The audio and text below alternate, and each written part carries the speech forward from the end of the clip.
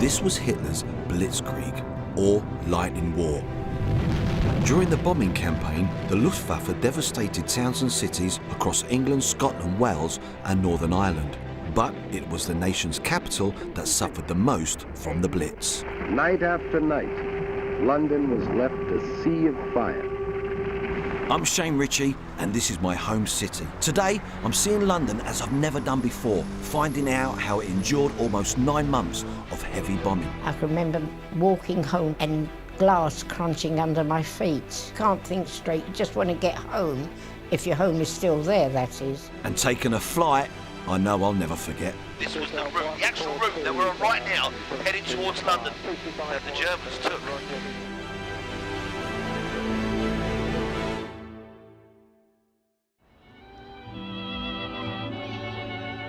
London pride has been handed down to us. London pride is a flower that's free. London pride means our own dear town to us, and our pride it forever will be. I'm a Londoner through and through. I might travel around, but today I'm coming home. How are you, darling? How are you? Oh my God, Alfie, it is my dream, thank you. You grew up in Alston, and you went Crosby and Kilburn. Crosby and Kilburn, proper school, what are you talking about? Yeah, you're a posh boy. A lot of people tend to recognise me from a certain TV drama, but I'm not actually an EastEnder myself. Nah, this is my manor. Literally 200 yards up the road is where I used to live. Halsden, northwest London. And about the age of 10, I would come tearing down here on a skateboard, knowing everybody. A lot of shops are still very much the same. And a great smells of Asian and Caribbean food. And of course, there'd be street parties, not too often, but my mum would work and clean a lot of these offices and some of the shops along here. And it still feels like home. It still feels like home. As a child of Irish immigrants, I'm not that familiar with the story of the Blitz. My mum and dad only arrived from Dublin in the 60s, so they had no direct experience of it themselves. And as a kid, I had no real interest in the past. No, my mind was on the future, a future in entertainment. The Gwalia Working Men's Club was kind of my dad's office and my second home. Oh, there it is. Oh, it's all coming back. Look at this. Not changed. And this is Carol, my old mate from back in the day. My favourite blonde in the whole wide world. Hello, sweetheart. How are you? My first love. Oh my goodness. It's my first love, and you're still only in your 40s, isn't you, girl? It hasn't changed a bit. You used to collect the glasses, didn't you? Yeah, I've done so much here. Yes. This is my introduction to Do showbiz. you remember Jerry as well? Jerry. Friend of your father's. Yeah, everyone was a friend of my dad's. So what do you remember about the Blitz? I'm joking. Yeah, to be honest with you, I know very little, in fact nothing about the Blitz. So, I am slightly nervous, if I'm being honest, and excited about the prospect of going all over London to finding out how London coped during the Blitz. Night and day and night, indiscriminate attacks continue. Like a scene from Dante's Inferno, the first act tells of destruction wrought by a devilish foe, which tries also to destroy the soul and wreck the morale of a nation by savage barbarism. By September 1940, World War II was just over a year old, and the Nazis were in the ascendancy. They had taken Holland and Belgium, moved into France, and were on Britain's doorstep. The country was preparing itself for the worst. All summer, the Luftwaffe had been attacking British airfields, engaging the RAF in a series of aerial battles.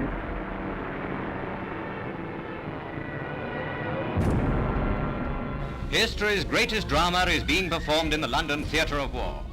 But on September the 7th, later to become known as Black Saturday, Hitler's bombers headed straight for the capital. London is an open city, a city open for battle. This was the start of Blitzkrieg, a devastating campaign that would last until May 1941. Londoners bore the brunt of the so-called Blitz. Night after night, London was left a sea of fire. And their city would never be the same again.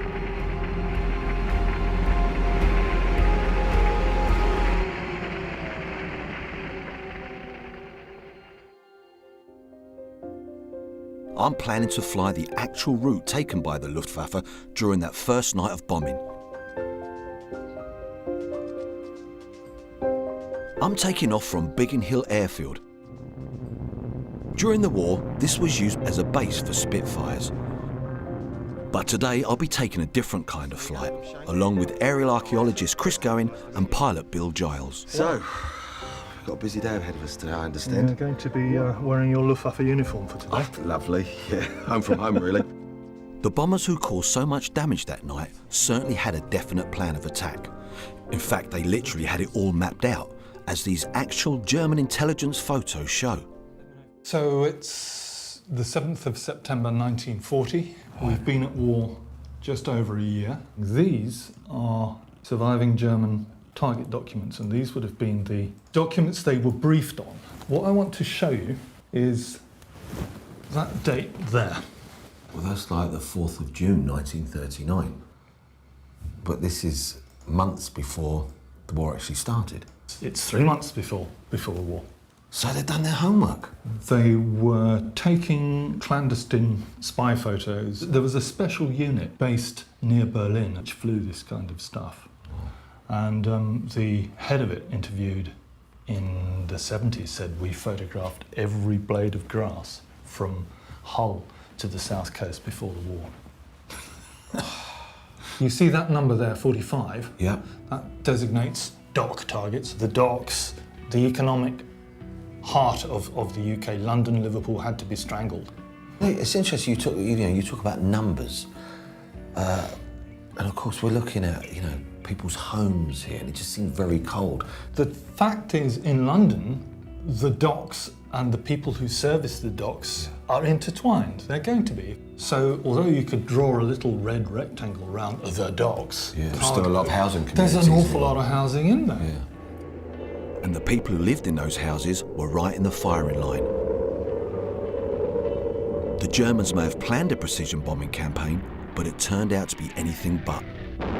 All of this looks, utterly precise. Yeah. These are the designated targets, this is what you're going to attack, and so on. In truth, it wasn't like that. What you ended up with was something far more messy. There is the Isle of Dogs, that's a designated sort of target.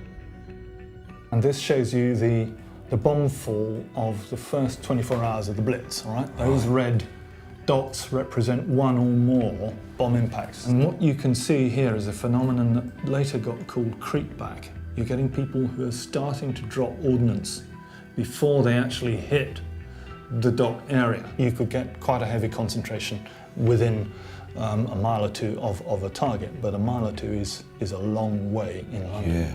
Looking at this map, Chris, it just seems like anyone who was in London and the surrounding areas was a target. Well, that was a real strange feeling with Chris talking me through those maps. I mean, he's talking about numbers. All I'm looking at is the people that lost their lives or their property throughout this whole Blitz. And now I'm about to take a similar route that the German aircraft would have done back in the day. I'm about to do it in a little plane, and I really have got mixed feelings about it.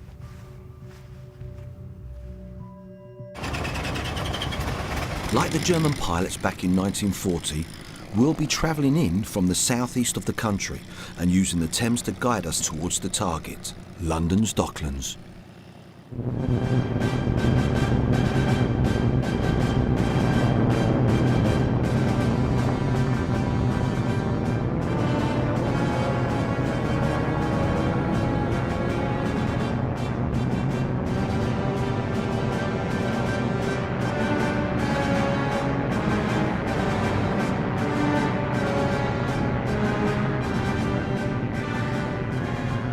And we're up, making our way towards London. The aircrew who would be flying these attacks would be really barely out of their teens. They'd be 19, 20 years old. And war to them, to some degree, is an adventure still.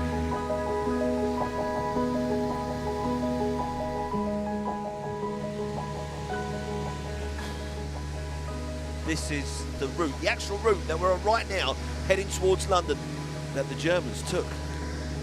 Hey, it's a bit bumpy. This is our run. This is where they had lined up on the target, Right. which would be the docks on the Isle of Dogs, Yeah. and they'd be coming in. The first bombs being dropped Right. were being dropped more or less now.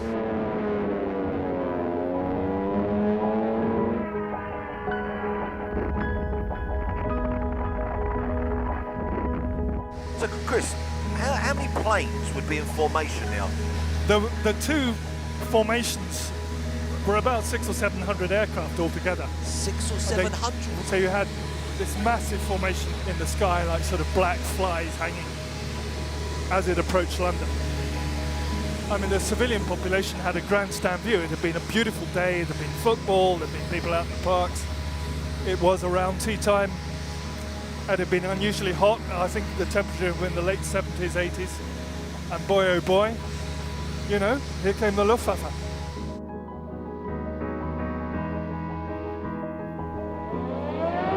The first air raid siren sounded at 4:43 p.m. There was a break for 2 hours at 6:30, and then a further 8 hours of bombing continued until dawn.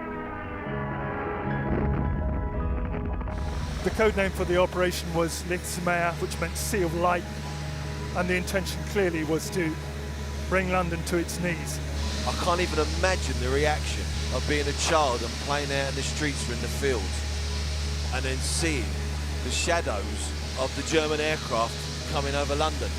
As a child, it must have been frightening. Your worst nightmare.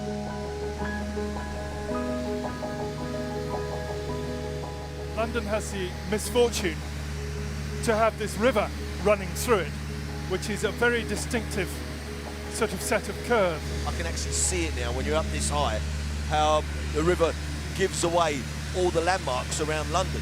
So when the moonlight was shining, or even if it's only half moon, you only had to glimpse a little bit and you knew exactly of the where river, you were. and you knew where you were. Right. Bombing wasn't just confined to the East End. As the Blitz wore on, my own neighbourhood became a target too. We're now coming to a part of London which I know really well. So Chris, Willesden Junction, because it's such a big junction, would have been one of the main targets. It won't necessarily have been anything other than a target of opportunity, which meant if you couldn't drop your bombs on your designated target, it would be your secondary target. You could unload on railway marshalling yards. I've just gone over my mum's house. Can't believe it, eh? It's strange coming over now, flying over Harleston, Stonebridge and Willesden and Neasden, and knowing that this was a bomb target. And my mum and dad never talked about it. I'm not even sure my school even spoke about it. I think all schools should know about it now.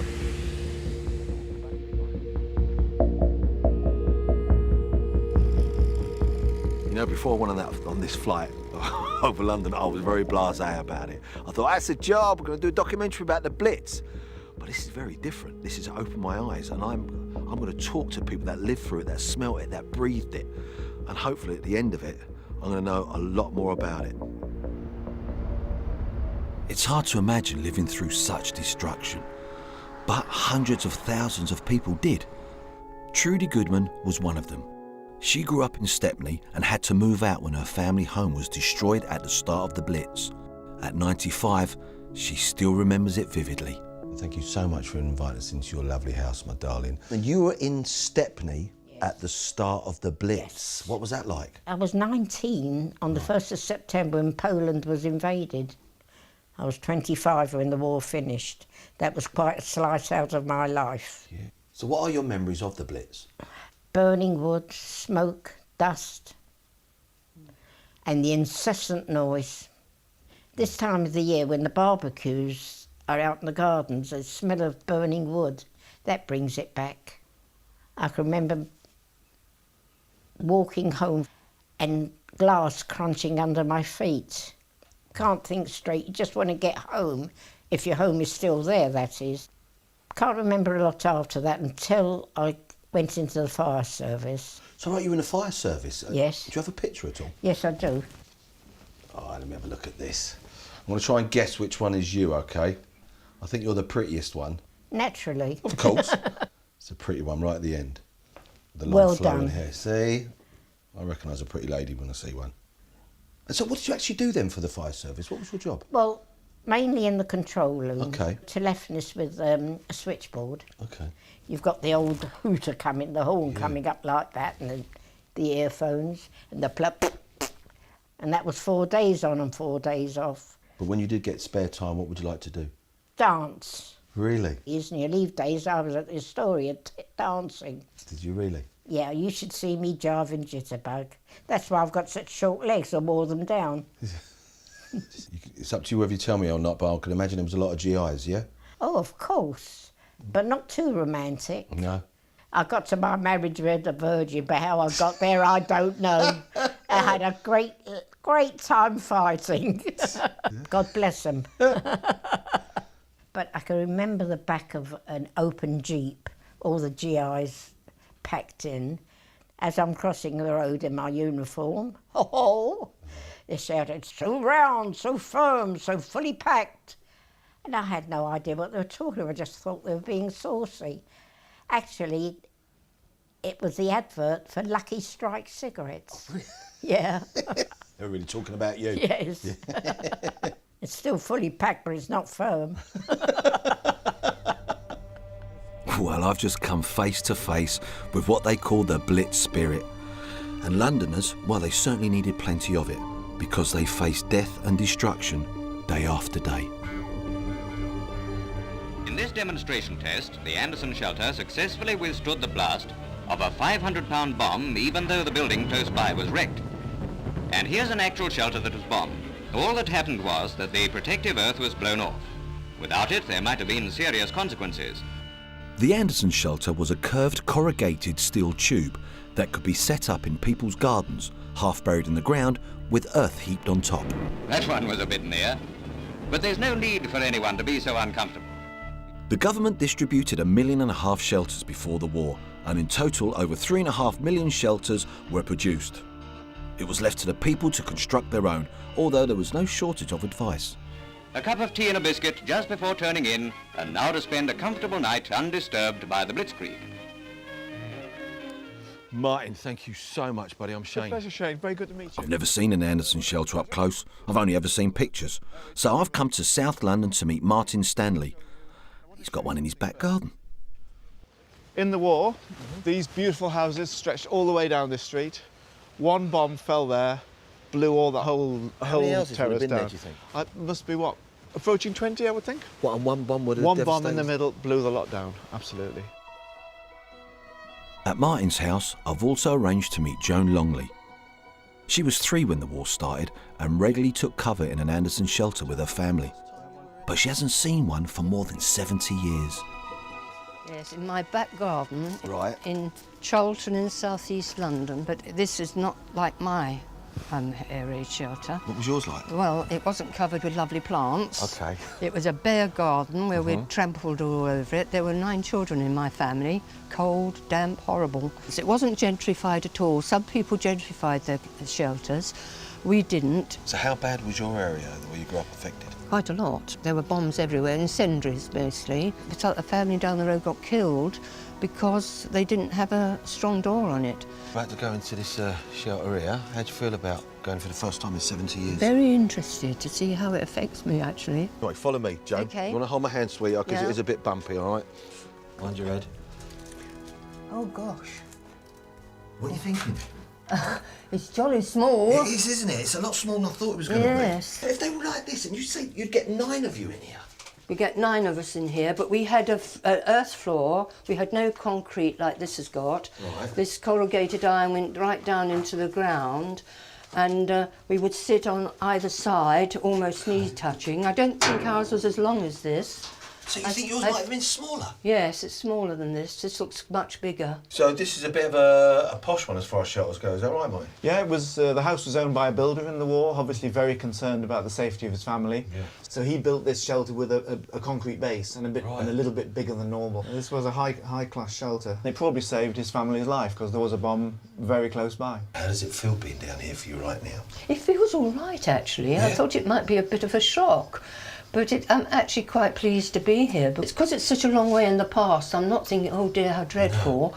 I'm thinking how lucky we were to be safe. In the war, it had still been dark. You weren't allowed candles even to find your way to the shelter, and it'll have been pretty scary. We were all scared. I think we were probably more scared than we showed, because children became very used to it. But we'd huddled together to keep warm, but it was cold, dark, spiders. We didn't like that very much as kids. And around you, just imagine sitting in it and hearing bombs dropping and the ground would shake. And the worst thing, really, was looking out to see if your house was still there, because nobody expected it to be. So one of my big brothers or sisters would look out just to make sure it's still there, Mum. As soon as it was over and you could go outside, we would often jump on top of the roof and triumphantly, king of the castle kind of stuff, think we were alive. So there's a lot of triumph between life and death, that you knew even as a child that you had survived something. And that was very, very important, because that gave you, that feeling lasts you for life. It's lovely meeting Joan. And when she was telling about her mum and 9 children, all in that cramped little space, and immediately I thought, blimey, how would I cope? Me and my wife and having 5 children down there. So, I don't know if she was getting a bit emotional. And at the time I just found it a bit eerie. Imagine being down there with, you know, all lights off and the blackout, and being woken in the middle of the night as a child, being brought to that shelter and not knowing what was going to happen when you came out. But what a lovely lady. And I really had no idea it was going to be like that, though.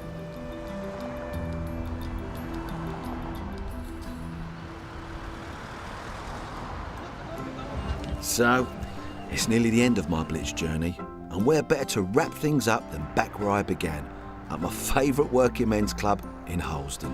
Here, I've arranged to meet a group of Londoners who were all small children at the start of the war and lived through the darkest days of the bombings. So, what are your earliest memories of the Blitz? I was born in 35, so 39, 40, I was about 5 years old.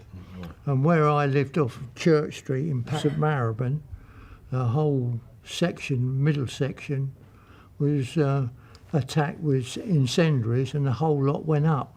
My first recollections was my aunt waking me up. She said there's all incendiary bombs at the bottom of the garden, and as I looked through the bedroom window, I could see all the fires alight all along the bottom. Though I was so young, I thought to myself, if only I could have a good night's sleep. So about you, Gordon, what's your earliest memories? Well, my earliest memories is when I started school, which was 1941. Right. And as I went into the school, the end of the school was still alight from overnight incendiary bombing. Right. Can you imagine today going into a school with half of it alight? And whereabouts was this? And this was at Lion Park School in Elperton. I was just over 3.5 when the war broke out. But in 1941, when I started school, every time the siren went off, down the bottom of the field we went, where they'd got all these Anderson shelters with a candle. Can you imagine a candle today? Mm-hmm. And your book. And you'd no sooner get down there and the siren would go to finish and start again, and we were in and out of the shelter all day. It was horrendous, really. How we learned anything, I don't know. So, you know, you're all children at the time. This is probably a strange thing to ask, but was there something exciting about it, though? Of assault was one of those things that, well, this is the norm. Well, it got to be a game towards the end, especially with the V2s, V1s, I should say, because you could hear them coming, you know, that low drone, and all of a sudden the engines were cut out, and you could see it just taking a dip to fall down to the earth. Being a child, then I knew it was dangerous, so I used to run for a shelter or to get out of the way.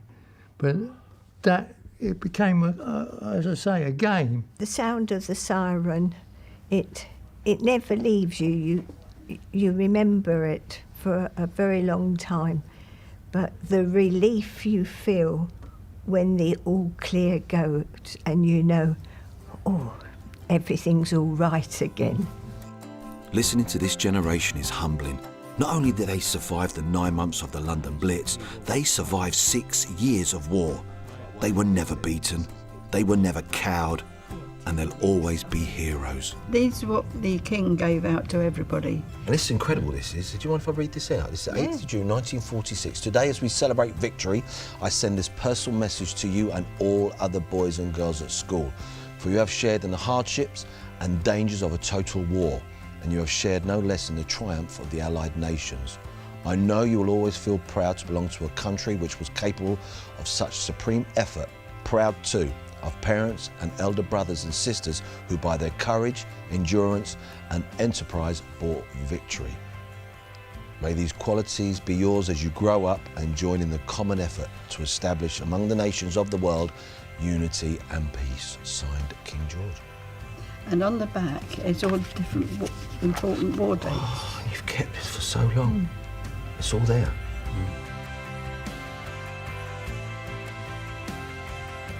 You know, on this journey around London, talking about the Blitz, I'm trying to think what I've learned most about it all. And one thing comes to the top every time, and that's people's courage, bravery, and they just got on with it. They just got on with it. Because basically, what else could they do? What else could they do?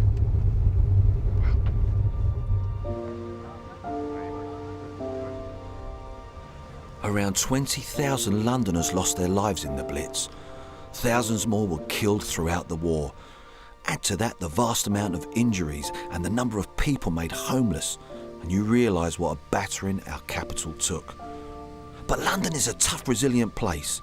It's a big part of who I am. And looking down for a final time, I now feel I know it better than I ever did.